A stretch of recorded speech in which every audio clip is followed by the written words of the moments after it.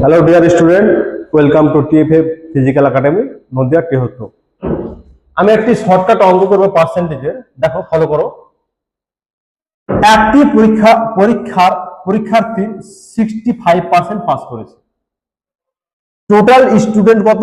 100%। Pass করেছে কত? 65% pass. Fail কত করবে? 35%। ফেল 420 জন কত ফেল করেছে। 35% মানে 420 জন।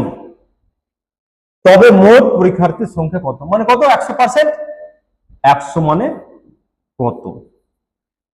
5 7 35, 6 7 42, 0 60, 5 20 100। 60 গুণিত 20 কত হয়? 1200। आंसर কত হবে? Option C. Thank you.